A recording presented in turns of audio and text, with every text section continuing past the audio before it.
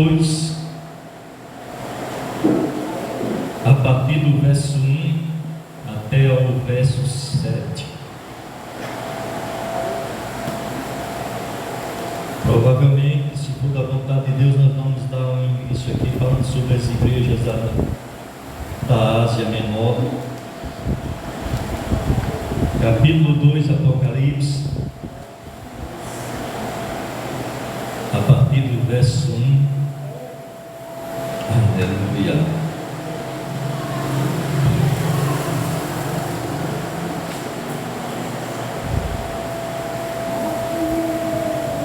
Amém?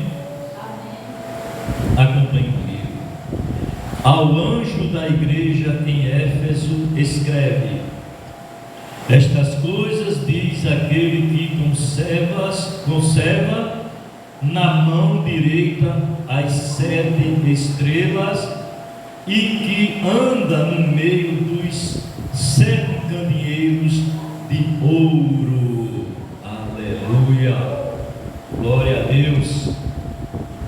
E aqui no capítulo 1, no verso 20, nós vamos ter a explicação dos candeeiros, do candeeiro e das estrelas. Amém?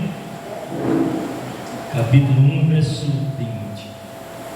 Quanto ao mistério das 7 estrelas que viste na minha mão direita, e aos 7 candeeiros de ouro, as 7 estrelas são os anjos das 7 igrejas, e os 7 candeeiros são as 7 igrejas. Amém? Então, quando a palavra ela se refere a anjo, aqui se refere ao anjo da igreja, ao pastor que está à frente daquela igreja. Amém? Amém. E as estrelas são as 7 igrejas. A estrela aqui se refere cada uma a uma igreja da Ásia Menor, aonde Paulo andou sempre pregando bastante ali naquele lugar, pregou muito a palavra para os Éfesos, ou Efésios, pregou aos Efésios. Amém? Louvado seja Deus.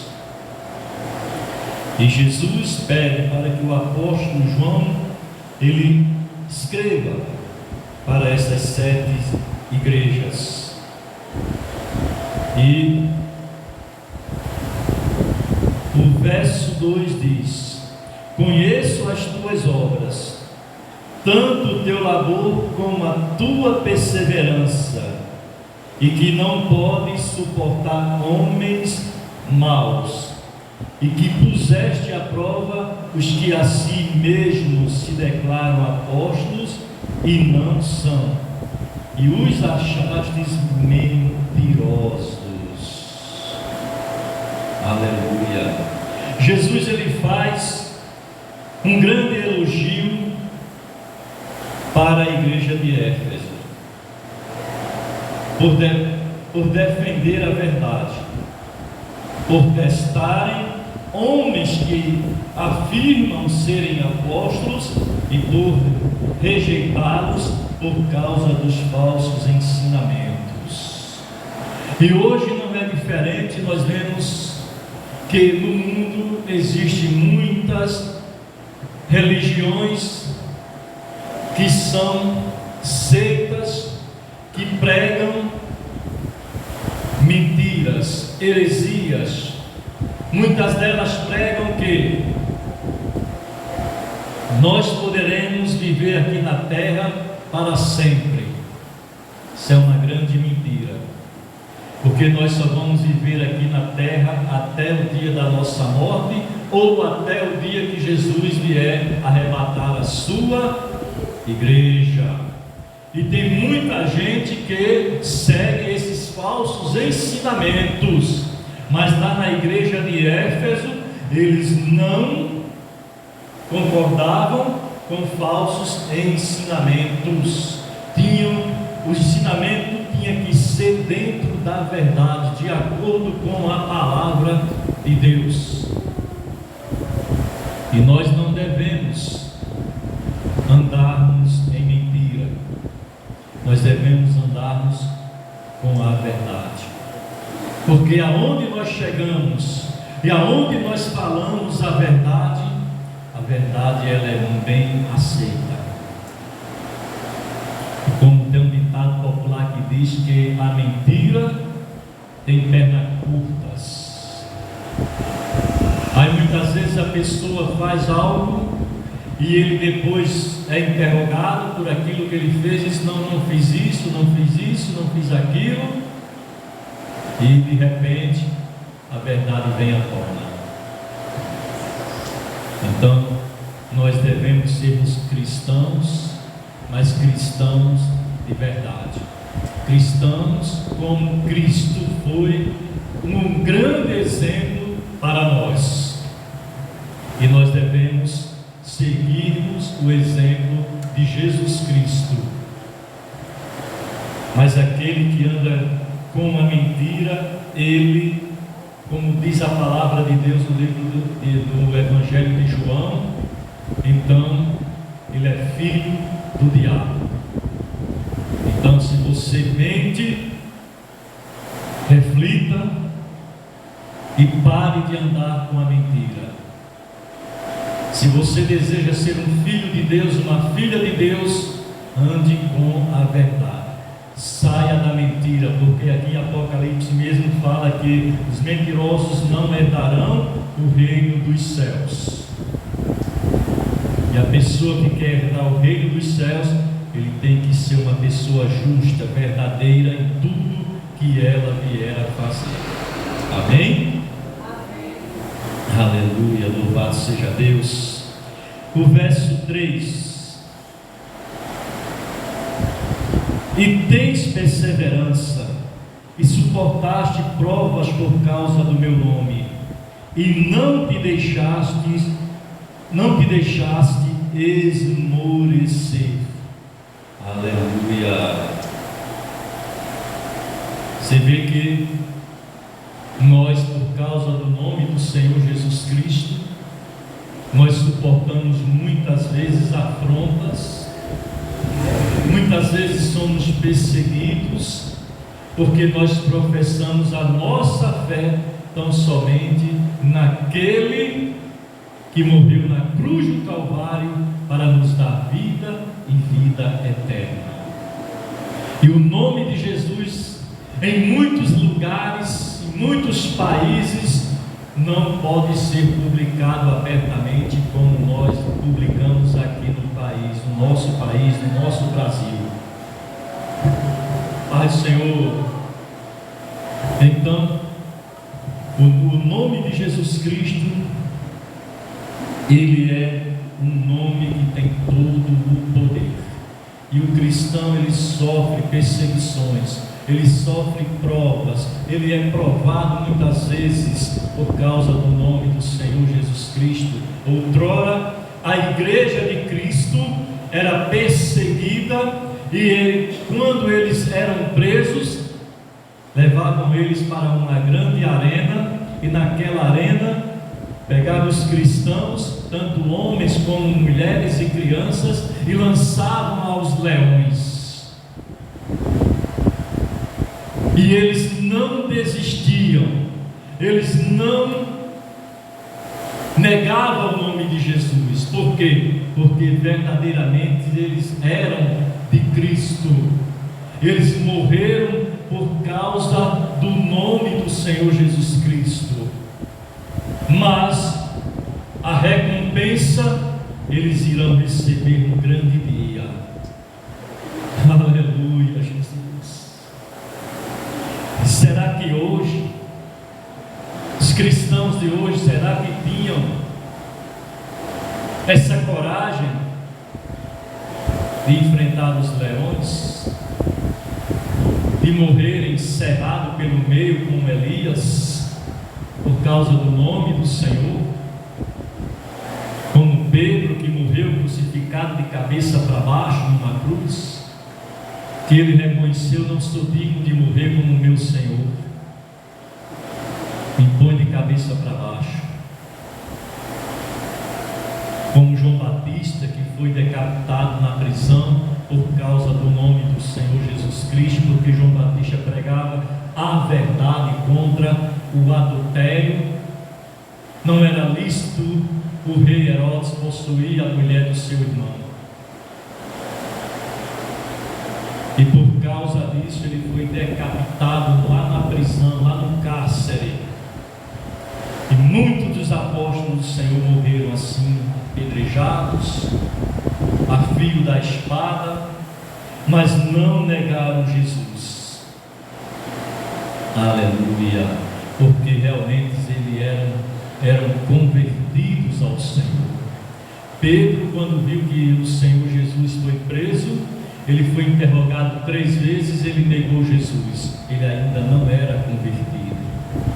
Mas quando ele ouviu o galo cantar, aí ele lembrou-se do que Jesus falou para ele, que antes que o galo cantasse, ele iria negar Jesus por 3 vezes. E ele lembrou-se dessa palavra, e ali ele se arrependeu de fato e de verdade, chorou amargamente, e ali ele se converteu, porque ele ainda não era convertido a Jesus. Andava com Jesus, via os milagres e prodígios que Jesus fazia, mas ele ainda não era convertido, ainda não tinha tido um encontro verdadeiro com o Senhor. Mas quando ele negou Jesus, ele teve um encontro com o Senhor. Quando ele olhou do lado e viu Jesus pintando ele, olhando ele, amando ele, ali ele se arrependeu amargamente, profundamente. Ele ali confessou Jesus Cristo como seu Senhor e como seu Salvador.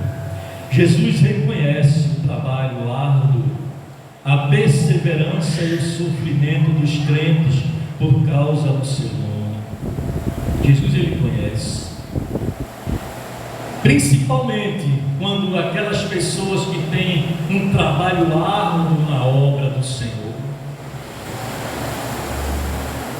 Aí Jesus dá recompensa para ele, porque hoje em dia esse trabalho não está sendo mais como antigamente. Antigamente as pessoas saíam mesmo, iam para as ruas pregar, aqui e acolá você encontrava uma pessoa distribuindo a literatura, alguém falando de Jesus, e hoje não se vê mais isso. Hoje não se vê. Mas Jesus deseja que a sua igreja pregue a palavra de salvação.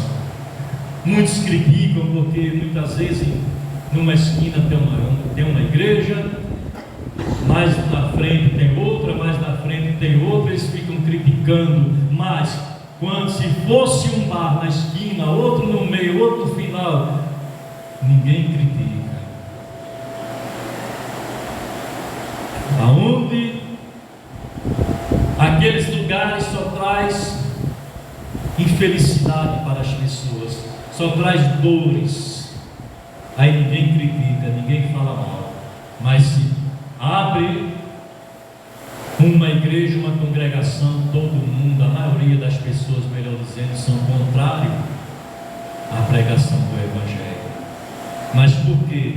Porque ainda não conhece Jesus Cristo. Porque outrora eu, provavelmente você também falava dessa forma. Mas porque não conhecíamos a palavra e nem a vontade de Deus para nós. Amém? Aleluia. Verso 4: Tenho, porém, contra ti que abandonaste o teu primeiro amor. Aleluia. Louvado seja Deus. Da mesma forma, melhor dizendo, que Jesus faz um grande elogio para os Efésios, aí depois Jesus faz um alerta para eles. Viu o defeito da igreja de Éfeso. Muitas vezes pessoas fogem das igrejas por causa das imperfeições das mesmas. Alguns parecem procurar uma igreja perfeita. O grande problema é que quando chegarem a essa igreja, não poderão fazer parte dela, pois acabariam com a perfeição da mesma. A verdade é que quem faz a melhor igreja somos nós. Cada um de nós, todavia, no livro do Apocalipse encontramos 7 cartas destinadas a diferentes igrejas da antiga Ásia Menor. Nenhuma delas é perfeita. No entanto, dentre as que agradam a Deus está a igreja de Éfeso. Uma igreja que agrada a Deus deve ser semelhante à igreja de Éfeso. Deve buscar, deve basear-se, melhor dizendo, na Bíblia, ensinar a salvação em Cristo e propor seguir o caminho do Mestre. Amém? A gente vê muitas pessoas que saem das igrejas porque vê uma pequena falha, um pequeno erro, um erro que o pastor pregou sobre o altar, falou uma palavra que não devia, ou um irmão que faz algo que não agrada a ele e as pessoas fogem, vão embora daquela igreja e vão procurar uma igreja perfeita. Mas só que não existe nenhuma igreja perfeita, porque a igreja somos nós e nós somos cheios de falhas. O único perfeito chama-se o Senhor Jesus Cristo. Aleluia! Porque Ele andou aqui na terra, teve os mesmos sentimentos que nós, comia, bebia, se cansava, trabalhava, mas mesmo assim Ele foi fiel. Ele deixou o seu exemplo para nós. Aleluia, glória a Deus. O amor se refere ao amor que o cristão tinha por Jesus quando se converteu. Quando nós nos convertemos, logo de início, é aquela vontade ardente dentro da gente de falar do amor de Deus, é querer que a pessoa, os nossos familiares, os vizinhos, todos vão para a igreja, todos vão buscar a Deus. Isso é notório na vida de cada novo convertido. A pessoa sente aquele desejo, aquele amor pelas almas, mas com o passar do tempo, aquela pessoa vai se esfriando, e de repente ela já não faz mais nada. O que ela faz é só reclamar, de A, de B, de C, e ali o amor dele por Jesus Cristo esfriou totalmente, e também o amor pelas almas. E muitas pessoas, quando vê um novo convertido, aí as pessoas dizem: isso aí é só fogo de palha, só dura uma semana, um mês no máximo. Isso disseram para mim vizinhos lá da minha casa, falaram. Mas glória a Deus, que até agora o Senhor tem me sustentado com a sua destra fiel. Não é porque eu sou melhor do que ninguém, maior do que ninguém, porque eu não sou nada, simplesmente nada. Sou pequeno, menor do que um pequeno grão de areia, e não estou aqui para me exaltar. Aqui que eu desapareça e que Jesus Cristo cresça mais e mais, como diz o refrão de uma música, de uma letra. Amém? Aleluia. Verso 5: lembra-te, pois, de onde caíste, arrepende-te e volta à prática das primeiras obras. Se não venho a ti e moverei do seu lugar o teu candeeiro, caso não te arrependas. Aleluia. A palavra é bem clara, e nós devemos nos arrependermos, devemos nos lembrarmos aonde foi que nós caímos, e voltarmos à prática das primeiras obras, aquelas práticas que você tem, aquele amor pela obra, o amor pelos seus irmãos, aquele amor que levava à casa das pessoas, para levar a palavra de salvação para cada uma delas, para falar de Jesus, para ela dizer: olha, Jesus é bom, o tempo todo Ele é bom, Jesus é contigo, Ele quer te salvar, Ele quer que você se arrependa. E a pessoa deve voltar às práticas das primeiras obras. Esse que ficou igual aqui com aquele hino que eu cantei: quero voltar ao início de tudo, encontrar-me contigo, Senhor. Então, é isso que nós devemos fazer. Se nós cairmos, nós devemos nos lembrarmos aonde foi que nós caímos, o que foi que fez com que a gente viesse cair, e nós devemos nos arrepender de fato e de verdade. E no momento que a gente se arrepende, Jesus Cristo nos perdoa e Ele nos